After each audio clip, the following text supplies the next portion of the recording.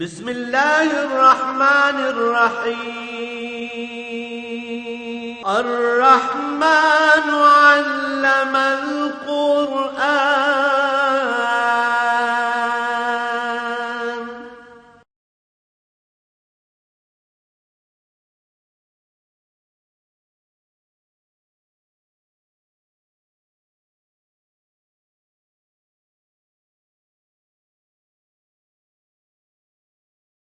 الحمد لله رب العالمين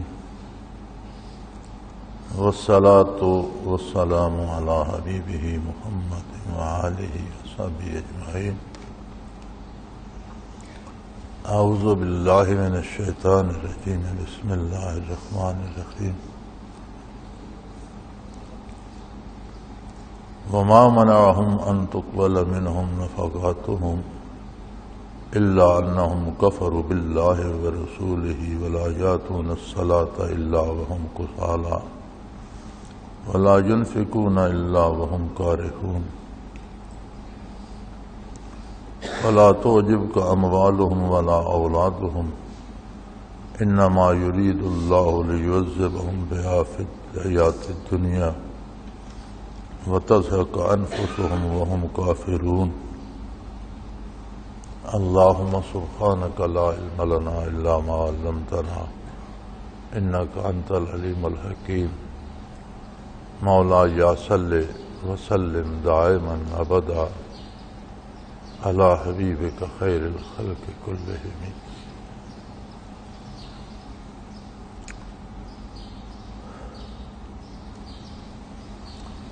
منافقین کا ذکر چل رہا ہے سورہ توبہ میں.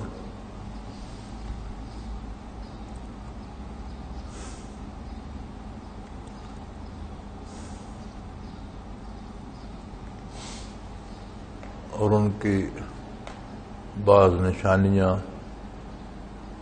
اعمال و کردار، عقائد و نظریات اور اس پر مرتب ہونے والے نتائج ارشاد فرمائے جا رہے ہیں. فرمایا انہیں مال یعنی جو خیرات اور صدقات جمع ہو کر تقسیم ہوتے ہیں، یہ منافقین اسے لینا اپنی شان کے خلاف سمجھتے.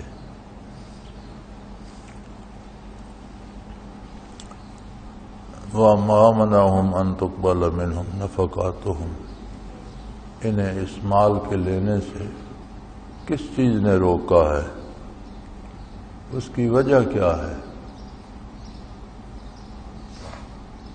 انسان اپنے آپ کو بہت بڑا سمجھتا ہے، اور یہ ایک ایسی عجیب انسانی فطرت ہے کہ جو شاہ سے لے کر گدھا تک سب میں موجود ہے.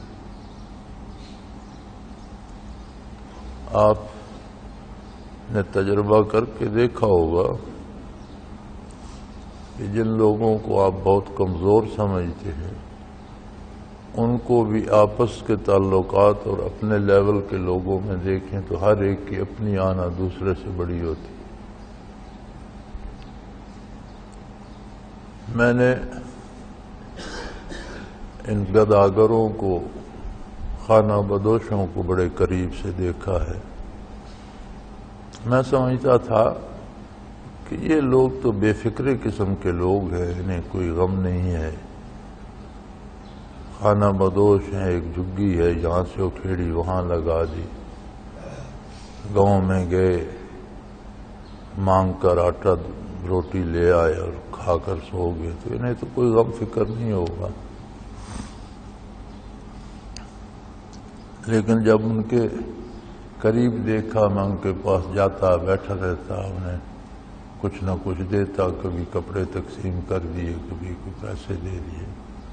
ان کے جب حالات دیکھے تو وہ ہم سے زیادہ مصیبت میں مبتلا تھے اور ایک دوسرے کے ساتھ مقابلہ اور آنر کی باتیں کرتے تھے. ایک بات ان کی مجھے بڑی پسند بھی آئی. ہر جگہ درس عبرت موجود ہے. اگر اللہ کریم نگاہ دے، یہ سمجھ دے، شعور دے. تو ایک دن ایک فقیر کو میں نے دیکھا کہ بخار میں مبتلا تھا اور پڑا تھا زمین پر ایک ٹاکی سی رکھ کے اس پر. اس کی بیوی بھی بیٹھی تھی، بچے بھی تھے. تو میں نے کہا بھائی کیا حال ہے تمہارا، کیوں لیٹے ہو؟ کہ جی مجھے کل سے بخار ہو گیا ہے، رات سے ہم فاقے میں ہیں، کوئی مانگنے بھی نہیں گیا میں، مجھے بخار تھا، بیوی مجھے چھوڑ کر گئی نہیں، بچے بھی بھوکے ہیں. تو میں نے کہا یہ تو 10-12 جھگیاں ہیں تمہاری، یہ سارے مانگ کے لائے ہوں گے، تو ان سے کچھ تو لے لیتے، تم فاقے میں کیوں رہے؟ تو بڑی مزے کی بات کہی. کہنے لگا جی جو خود مانگ کے لاتا ہے، خود محتاج ہے، اس سے مانگنے کا کیا فائدہ؟ اور اگر میں مانگوں گا تو وہ دے گا بھی نہیں، اس سے نہ مانگنا بہتر. تو میں نے سمجھا کہ کتنا بڑا فلسفہ اس نے بیان کیا. ساری دنیا تو خود مانگنے والی ہے.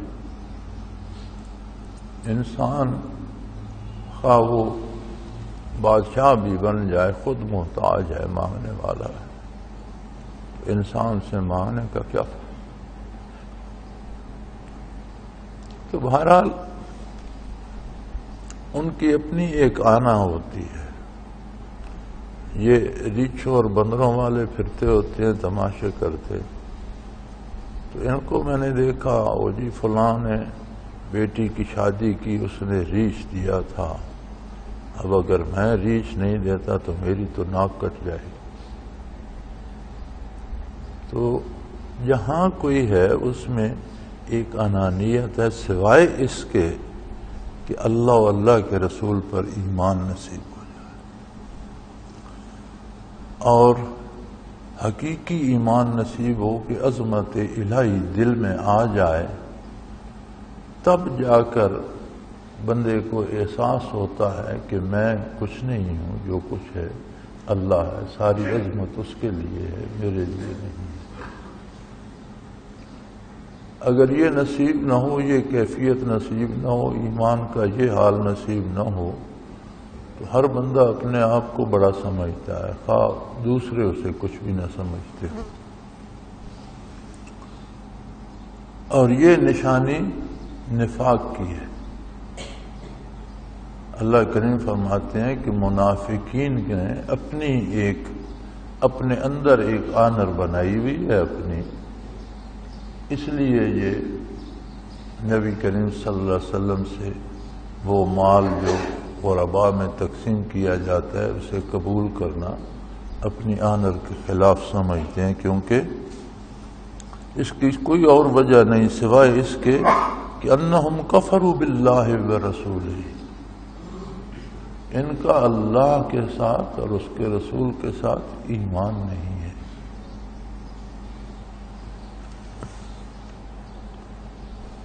العزت للہ ولرسولہ وللمؤمنین، عزت اللہ کے لیے ہے، اللہ کے رسول صلی اللہ علیہ وسلم کے لیے ہے اور اللہ کے ایماندار بندوں کے لیے.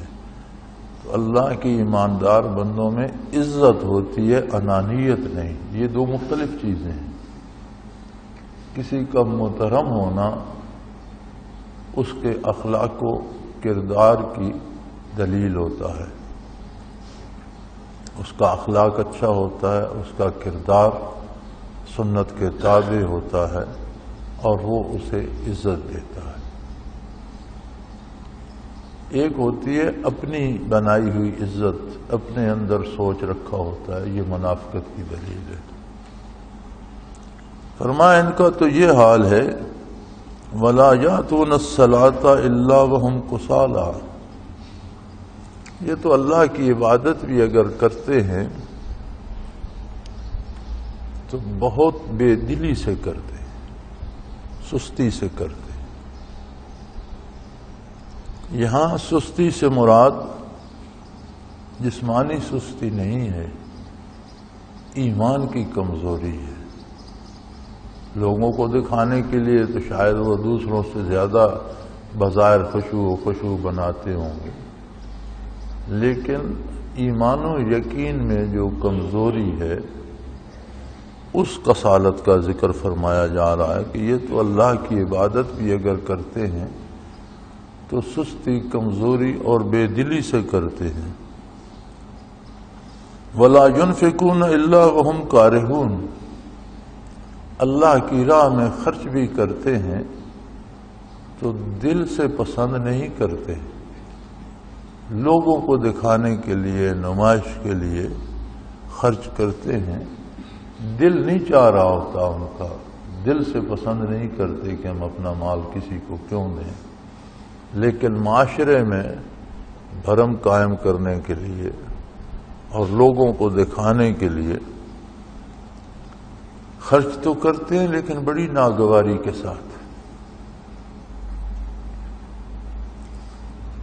اب رہی یہ بات کہ اس طرح کے جو لوگ ہیں، کچھ سری کافر ہیں، کچھ نے شرک اختیار کیا، کفر میں چلے گئے، کسی نے اللہ کے لیے اولاد تجویز کر لی، نصارہ نے عیسیٰ علیہ السلام کو اللہ کا بیٹا کہہ دیا، یہودیوں نے عزیر علیہ السلام کو اللہ کا بیٹا کہہ دیا، کچھ بت پرستی میں مبتلا ہو گئے اور اللہ کے شریک بنا دیے۔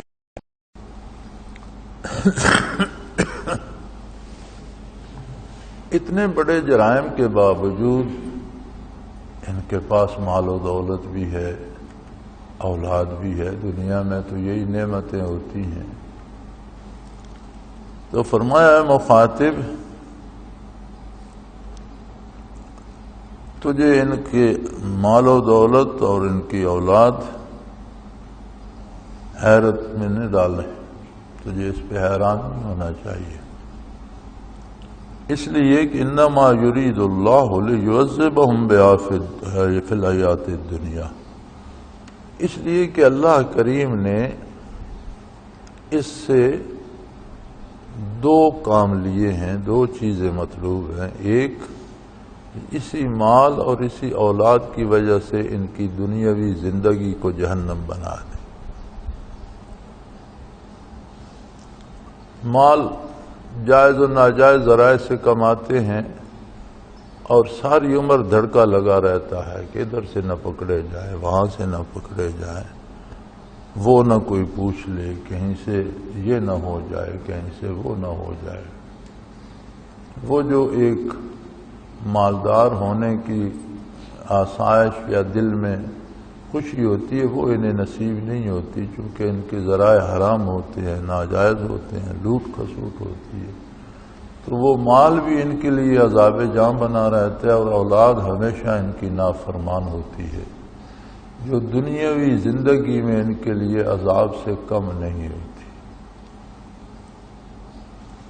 اب آپ کافر معاشروں کو دیکھیں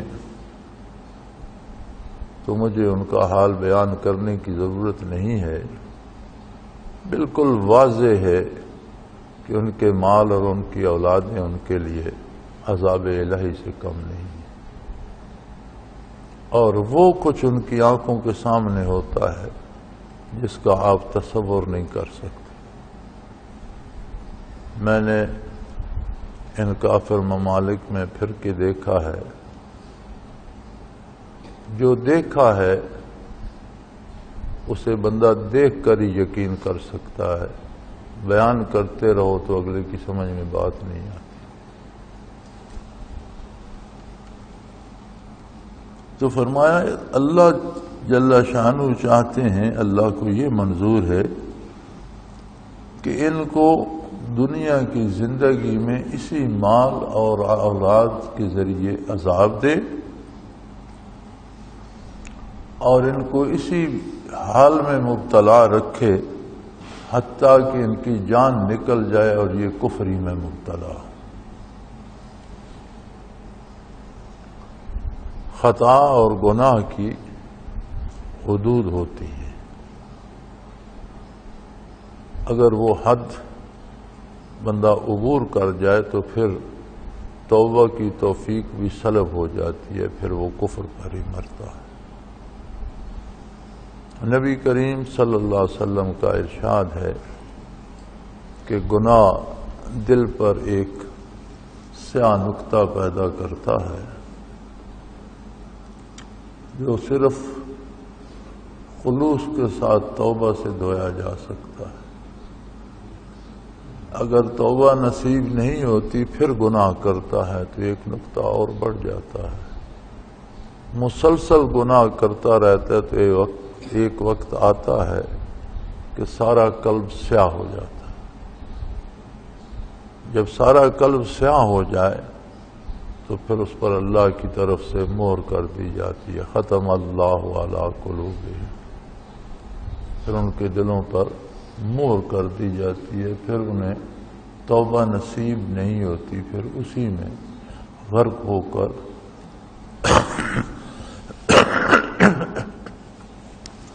اسی حال میں مبتلا رہ کر موت کی وادی میں اتر جاتے ہیں، اور یہ بہت بڑی سزا ہے اللہ کریم کی طرف سے۔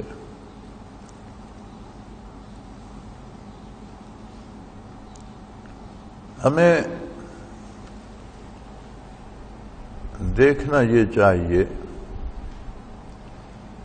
کہ اگر ہمیں مال کی طرف سے کوئی پریشانی ہے تو دیکھنا یہ چاہیے کہ کیا یہ مال سارا حلال ہے، کہیں میں نے اس میں کوئی ناجائز ذریعے سے تو نہیں ملا دیا، اس پر میں نے سود تو نہیں لے لیا، کوئی نہ کوئی خرابی ہوتی ہے تو جو آرام کی چیز ہے وہ تکلیف دہ بن جاتی ہے۔ اولاد نافرمانی یا پریشان کرتی ہے تو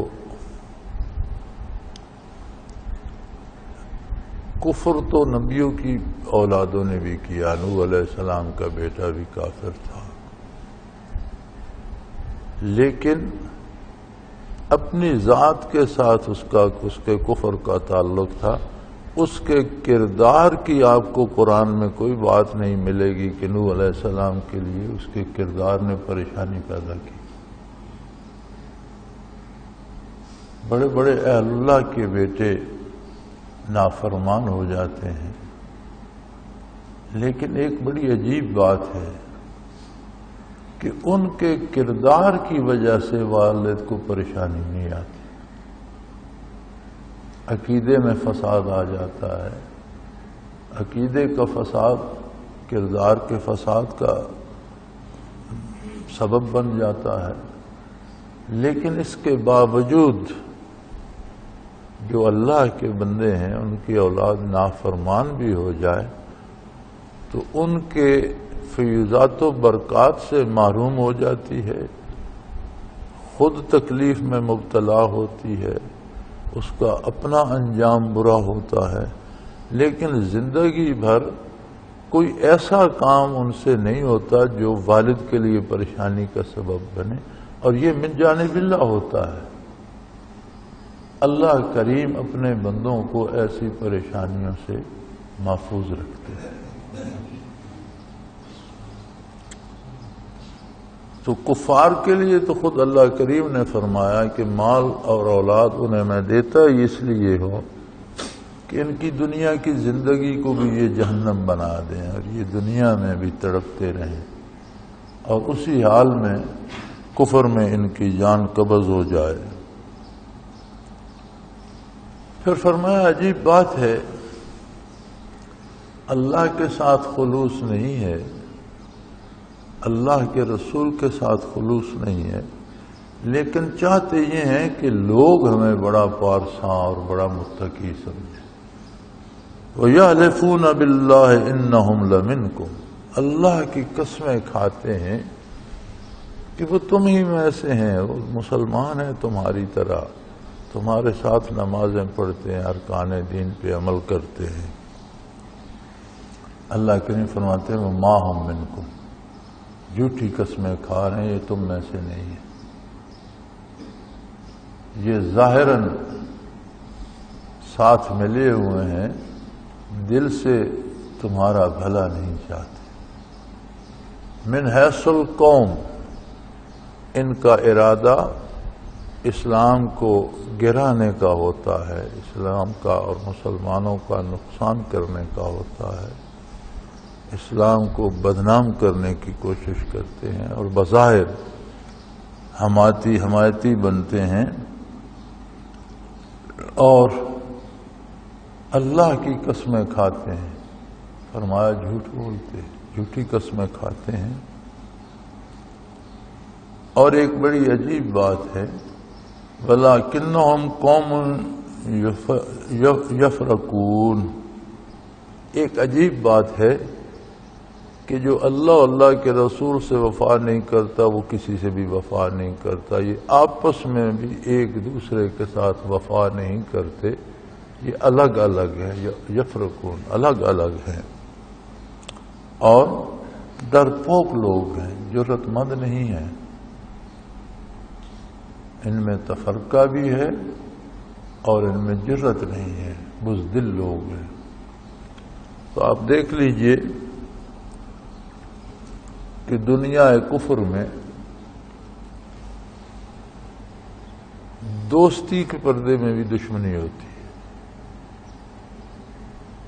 اب اس وقت یہود و نصارہ کا گٹھ جوڑ ہو رہا ہے، پوری دنیا کو انہوں نے مصیبت میں مبتلا کر رکھا ہے، لیکن یہودی چاہتا ہے نصرانی کا خون چوس لو، نصرانی چاہتا ہے کبھی یہ قابو آ جائے اس کا میں کچومر نکال دوں، یعنی ان میں دلی دوستی نہیں ہو سکتی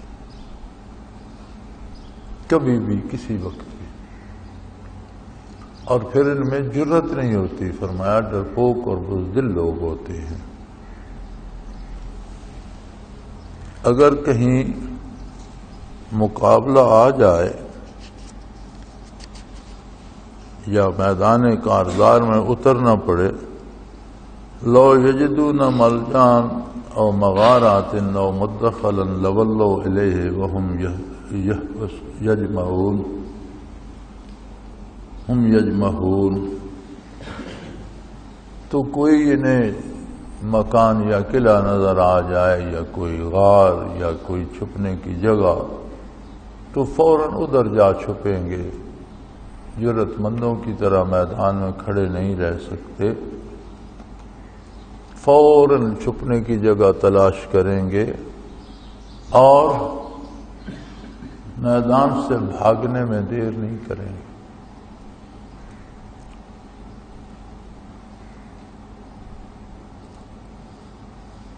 یعنی کفر میں جرأت، دلیری اور عزم یہ نہیں ہو سکتے، جھوٹ، چالاکی، دھوکہ دہی یہ سب کر سکتے ہیں، لیکن نہ جرأت ہوتی ہے نہ ہمت ہوتی ہے۔ کوئی جگہ بھاگنے کی پائیں گے ادھر بھاگ جائیں گے، کوئی چھپنے کی جگہ پائیں گے ادھر گھس جائیں گے، کوئی غار آ گیا اس میں گھس جائیں گے۔ اس لیے میدان عمل میں یہ لوگ ثابت قدم نہیں رہ سکتے۔ تو یہ ساری انسانی اعلیٰ اوصاف جو ہیں، اعلیٰ صفات جو ہیں انسانیت کی، ان کا تعلق ایمان اور خلوص سے ہے۔ جتنا کسی کا اللہ کریم کے ساتھ ایمان ہوگا، رسول اللہ صلی اللہ علیہ وسلم پر ایمان ہوگا،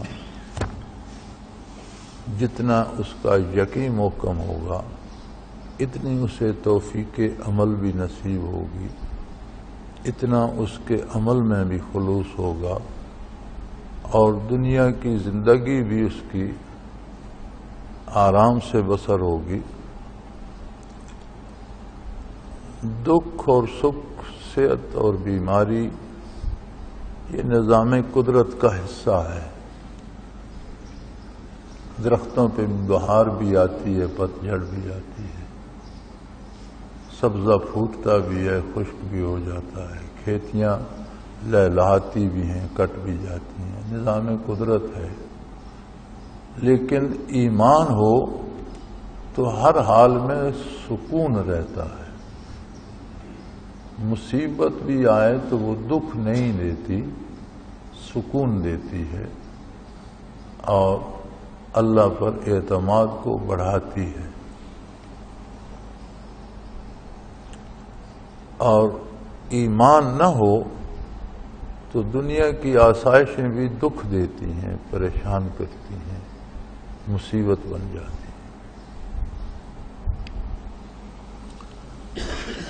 ایمان و یقین صفائے قلب سے نصیب ہوتا ہے. جب تک دل میں اللہ کی یاد نہ بس جائے، جب تک قلب انسانی متوجہ اللہ نہ ہو جائے،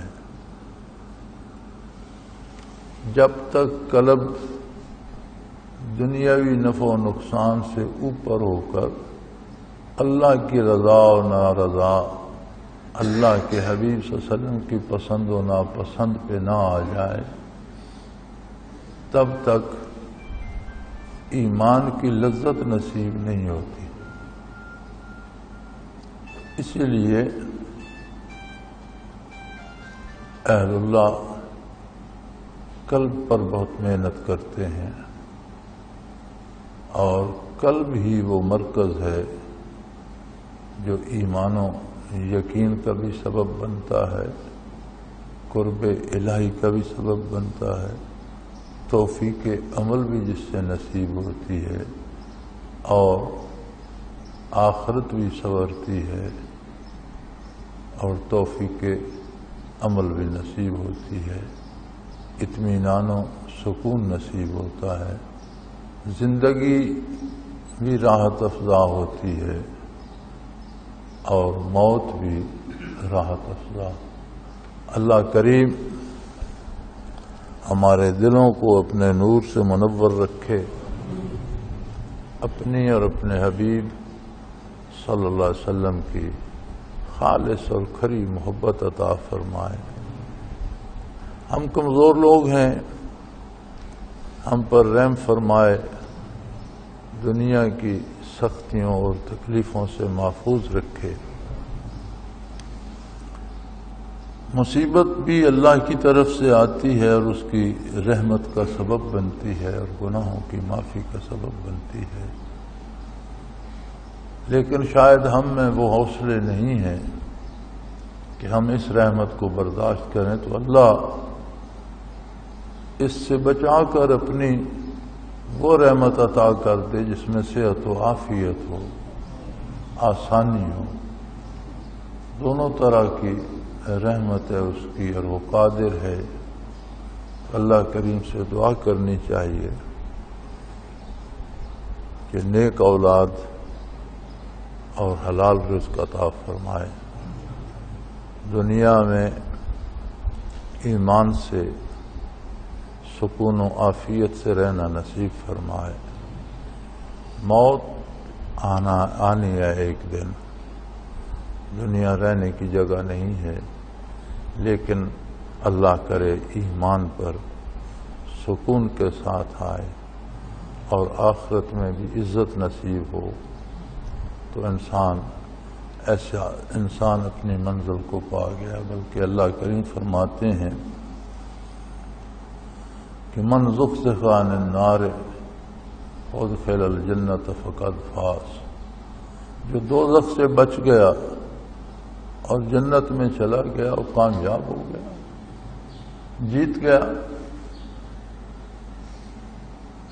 تو کامیابی کے پیچھے دنیا میں ساری زندگی ہم بھاگتے رہتے ہیں،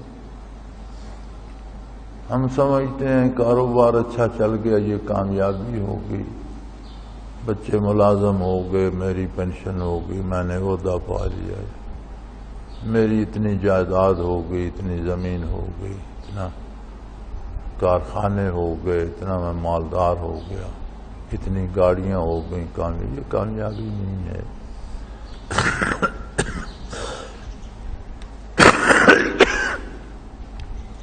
ہاں اللہ کریم کی عطا ہے کہ وہ جائز اور حلال ذرائع سے دے تو یہ اس کا بڑا کرم ہے۔ دیکھیں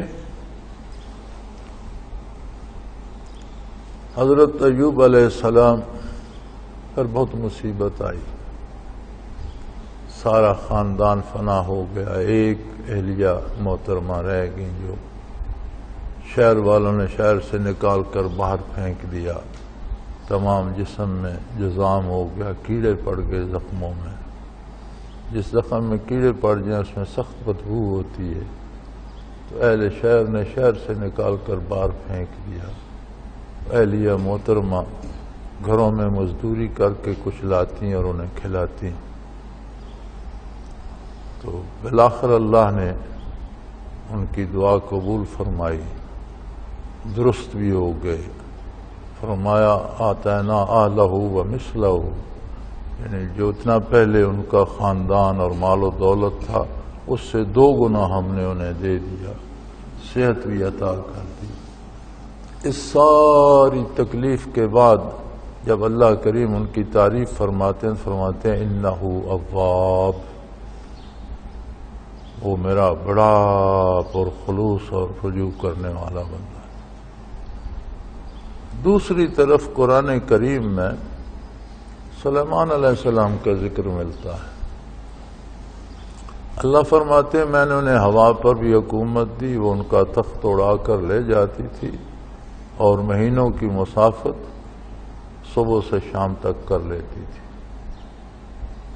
اب ان کے تخت پر کتنی مخلوق ہوتی تھی، پورا لاؤ لشکر ہوتا تھا، پورا شاہی فوج ہوتی تھی، پھر انسان، حیوان، درندے، پرندے، جنات، کتنا بڑا تخت ہوتا ہوگا، یا کتنا بڑا جسے ہوا آج کل یہ آپ کے ہوائی جہاز ہوا ہی اڑائے پھرتی ہے، ان کی ساری فلسفی صرف یہ ہے کہ ہوا اڑا لیتی ہے۔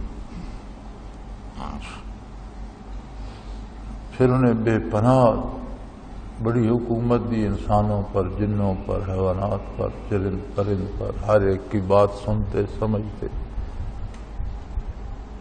بے پناہ دولت دی، بڑے عجیب و غریب محلات انہوں نے بنائے جن کا ذکر قرآن کریم میں ملتا ہے۔ ایسی خوبصورت عمارتیں، خوبصورت عمارتیں پھر آج تک دیکھنے میں نہیں آئی۔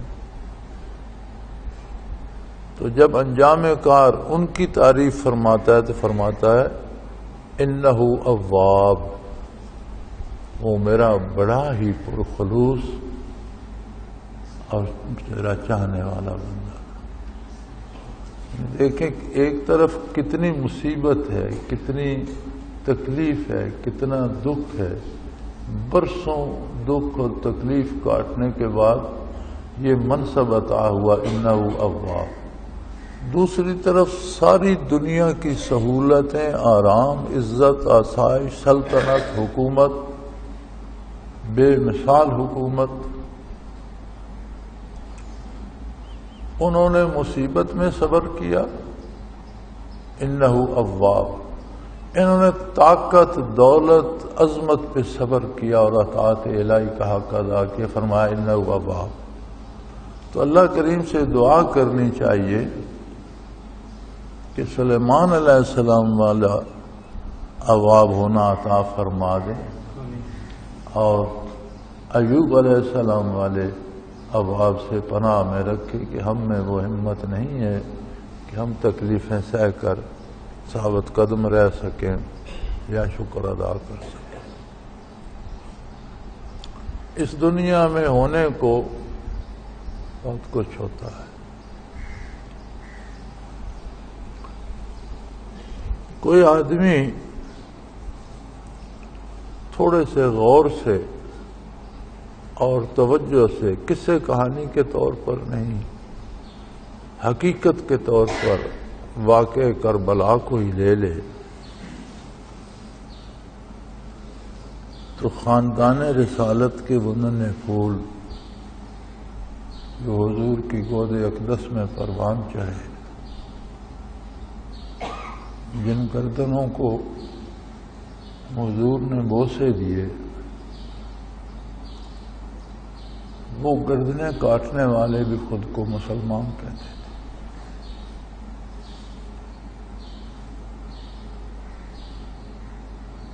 تو میں یہ سمجھتا ہوں کہ جو کچھ خانوادہ نبوی پہ بیتی،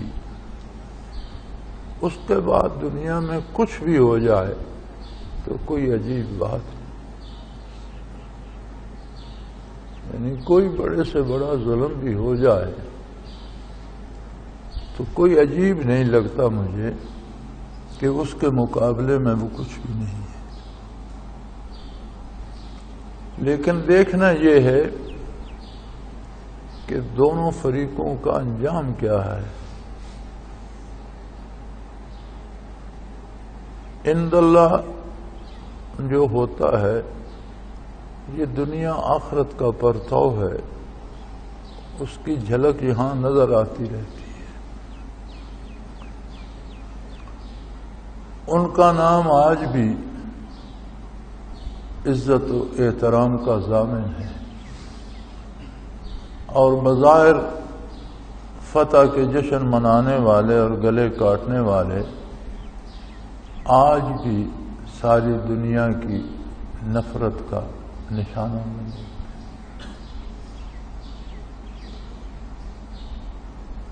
تو دنیا میں کچھ عجیب نہیں ہے،